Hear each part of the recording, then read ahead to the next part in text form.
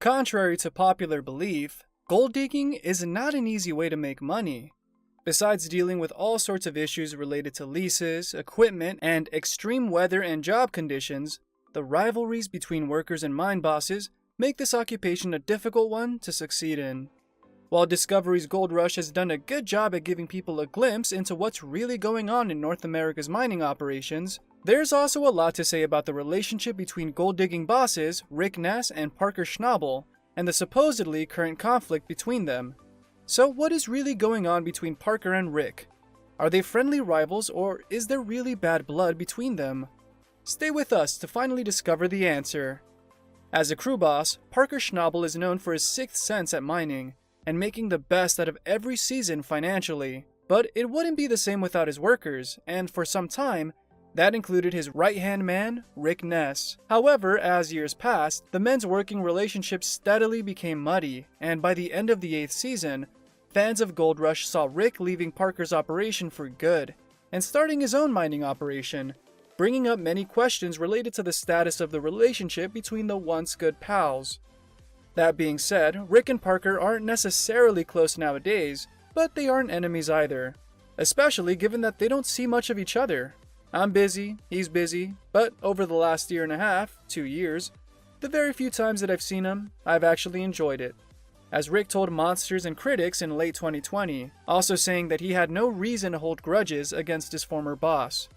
All in all, the animosity between Rick's exit and Parker's crew definitely broke their former close friendship, but there's definitely nothing as intense as hatred between them.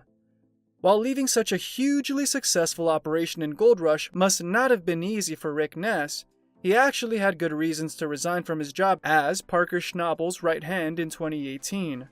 It all comes down to Rick's latent unconformity with the way things were going in Parker's operation. As he revealed in a 2020's interview with Monsters and Critics, I think the initial break there was some animosity there. There definitely was on my part. I wasn't happy with a lot of things between him and I. Although Rick never specified what was exactly wrong with Parker, prior to his resignation, some issues related to Rick's choices as a foreman caused quite a strong argument between them, and the idea of leaving was a tempting one. There's been a lot of talk about that. I'd love to say yes, but there's so much there that I don't know. As he had hesitantly revealed to Channel Guide magazine in early 2018, shortly before Gold Rush aired that fateful 8th season's episode in which he quit. Needless to say, Rick Ness's departure from Parker Schnabel's mining operation had big consequences for both of them. Firstly, Rick faced the challenges which came with his then newly founded operation. It was especially hard to form his crew, but he ultimately put aside mining prowess and experience in favor of something more important for him. I just didn't feel like sharing that with strangers. I wanted to try and give that to my friends, he had admitted to Channel Guide magazine. Despite how admirable hiring his friends was, the decision was risky nonetheless. As he said in the same interview, he had basically put everything he owed on the line for his new business, given all the financial costs that setting up his own operation entailed. On his part, Parker dealt with filling Rick's empty space in the crew, and that wasn't an easy task either, as it created quite the power vacuum, he told Pop Culture in late 2018. It caused a bit of turmoil, but ultimately we have a very good group. And the crew was bigger than just Rick. It's bigger than just me, he continued. All in all, it's clear that even if both men had to go through harsh times, they overcame them on their own. A notable thing about Rick Ness is how willing he was when he debuted in Gold Rush back in 2012. At the time, Parker Schnabel's crew was still in its early stages, but newcomers, such as Rick, were the defining points of the mining prodigy's success. Regardless of being notably inexperienced in the field, Parker trusted Rick even before he joined his crew. As it happened, they'd actually met in 2011, while both were visiting the state fair in Haynesboro, Alaska, when a show's producer connected Parker to Rick, who at the time was slightly interested in mining. I watched that first season and I was just intrigued, and I wanted to find a way to spend the summer up there, Rick revealed to Channel Guide magazine. Later on, Rick saw Parker taking the spotlight during the second season of Gold Rush, but his biggest surprise was to receive a message from Parker not long after. As he stated in the same interview, he called me up and offered me a job for season 3. He basically said, "I'll give you the job, but you've got 12 days to get here." Obviously, Rick took up that challenge and swiftly made his way to Alaska, and the rest is history. Unlike most people in the goldfields, Rick Ness doesn't come from a mining family, or have any experience in it until that fateful day on when he was called to join Schnabel's team. Long before walking the hard path of gold digging, Rick was actually a football player whose career was cut short by an injury. Despite taking small jobs here and there, Rick's love for music led him to the punk rock band .357 String Band, of which he wasn't only its co-founder but also the bass player. It was during a band tour that the Milwaukee musician ended up in Alaska State Fair, and there met the then 16-year-old Parker. Regardless of how hard the work in the mining industry is, Rick notably stays loyal to his style. Not only does his love for motorcycles, tattoos, and music remain, but he has recently taken up speed racing as a hobby, which he usually pursues for around half a year when he's away from the mining operation, as he told Channel Guide magazine in 2018. All in all, there are so many eye-catching aspects about Rick that Gold Rush's audiences haven't seen on the screen.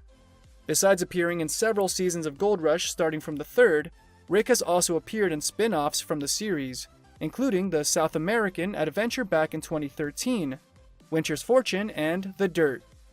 Rick has had his fair share of specials focused on him too, such as the 2018 TV movie The Rise of Rick Ness, and the 2020 Rick's Rally, in which he leaves the shovels and minecart in order to build a race car with his close pals. Parker's Trail saw Rick taking up many challenges as well, as he and his crew walked the historic Yukon's Klondike Gold Rush Trail, on which thousands of people died back in the late 1800s. In an interview Parker Schnabel gave Channel Guide magazine in 2017, walking said route wasn't only a personal challenge for him, but was meant to push Rick to his limit. I thought that it would be hilarious to get Rick out of his element, and for me, it was a bit of an experiment with him. He admitted, adding that despite not being physically fit for it, Rick had surprisingly agreed to go to the Yukon with him.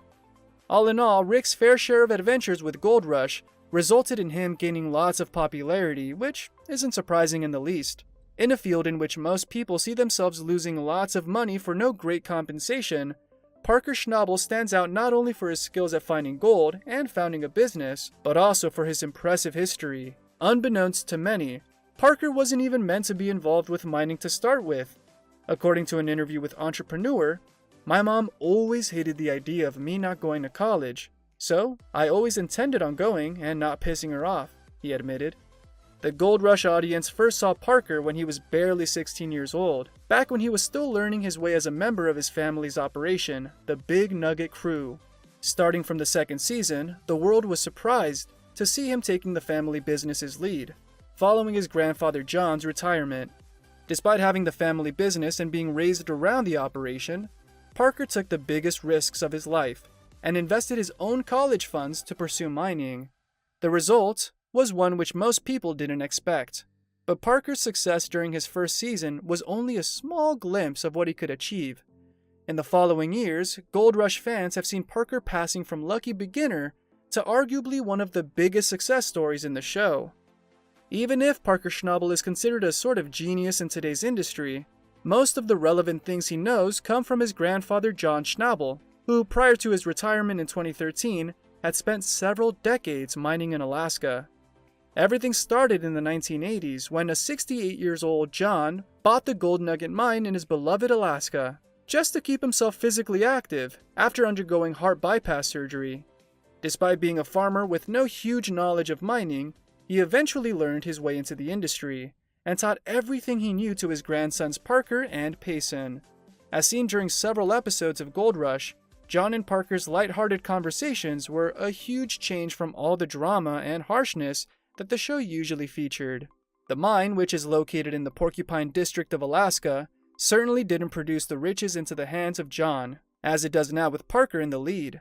But his legacy wasn't to be forgotten.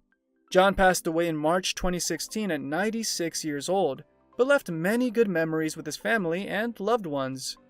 We couldn't have asked for a better father, grandfather, and overall family man. He was a true legend. Parker told People.com back then, and he's certainly right. Although Gold Rush brought Parker Schnabel worldwide fame, he's appeared in many other shows of the franchise as well. Some of the most notable are the South America spin-off series premiered in 2013, and the popular interview-centered The Dirt. That being said, Parker's trail is what people like him for the most. Apparently, the show started as an idea to pass the winter time. I normally travel around a lot and get really nothing accomplished, except getting ready for the next mining season, of course, he told Channel Guide magazine. After adding some elements in the concept, Parker pitched the idea to Discovery. He was totally rejected at first. Nonetheless, Parker was set on doing the adventure himself, not expecting in the least to be called again by the network with more positive news than the last time. Although the first Parker's Trail season was set on walking the Klondike Trail, the following seasons saw him traveling around the world searching for gold. First to South America, then to Papua New Guinea, Australia, and more recently to New Zealand, building his reputation as an adrenaline junkie, especially when it comes to gold and business. Given how unstable the gold mining industry is, it's no wonder that people often ask themselves about the whereabouts of their favorite TV miners. For Rick's part, the concern about his whereabouts comes from the end of the 12th season of Gold Rush, when his inability to obtain the water permits necessary to set his operation in Yukon seemed to mark an apparent not-so-promising next season, which is set to premiere in late 2022.